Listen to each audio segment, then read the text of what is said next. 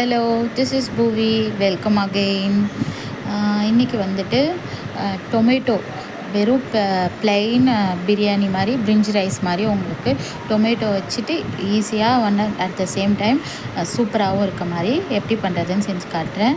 First வந்துட்டு ஒரு mixie ஜாரில் கொஞ்சம் கொத்தமல்லி, கொஞ்சம் புதினா அண்டு ஒரு 5-6 பச்சை மிளகா, அப்புறம் கொஞ்சம் தயிர், இதை நல்லா மிக்சியில் அரைச்சி ஃபஸ்ட்டு பால் நம்ம எடுத்து வச்சுக்கணும்.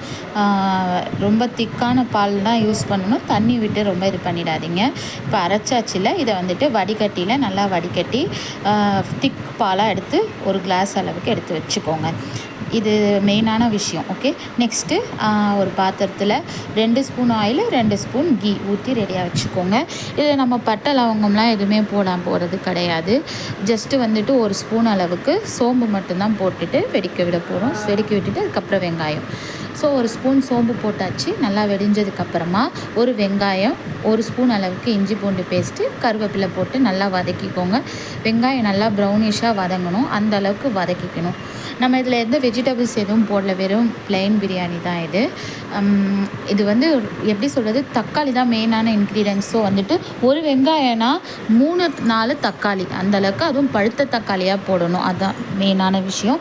ஸோ நான் இன்றைக்கி 2 பேருக்குன்ற அளவுக்கு 4 தக்காளி வீதம் நான் போட்டிருக்கேன். போட்டு அதுவும் நல்லா ஃப்ரை பண்ணிக்கோங்க. நல்லா கோல்டன் ப்ரௌன் அளவுக்கு வெங்காயமும் தக்காளியும் எவ்வளோக்கு எவ்வளோ வதங்கணுமோ அந்த அளவுக்கு சாட்டே பண்ணிக்கோங்க நல்லா. இப்போ நீங்கள் உங்கள்கிட்ட கொத்தமல்லி இன்னும் எக்ஸ்ட்ரா இருந்தால் கூட நீங்கள் போட்டுக்கலாம், இல்லைன்னா நம்ம அந்த அரைச்சி வச்சுருக்கோம் அதில் இருந்தாலே போதும். இப்போ நான் தேவையான அளவு ரைஸ், 2 பேருக்கான அளவுக்கு ரைஸ் எடுத்து வச்சுருந்தேன், ஊற வச்சுருந்தேன். நார்மல் வீட்டு ரைஸ் தான் நம்ம போட்டிருக்கேன், அதை போட்டுட்டேன். அதுக்கப்புறம் ஒரு கிளாஸ் அளவுக்கான தேங்காய் பால், திக் பால் சொன்னேன்ல, அதெல்லாம் அந்த பச்சை மிளகா எல்லாம் போட்டு அரைச்சது, அதை போட்டாச்சு. தேவையான அளவுக்கு உப்பு. ரொம்ப நிறையா போட்டுறாதீங்க, கரைச்சி போயிடும். கரெக்டாக போடுங்க.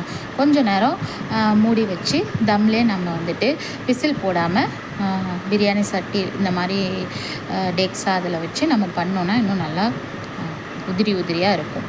ஓகே, இந்த மாதிரி புலாவ், இந்த மாதிரி ஒரு பிரிஞ்சி ரைஸ், ஒரு ப்ளைன் தக்காளி வச்சு ஒரு டிஃபன் பாக்ஸ் ரெசிபிக்கு ரொம்ப யூஸ்ஃபுல்லாக இருக்கும். ட்ரை பண்ணி பாருங்கள். Okay, bye. See you later.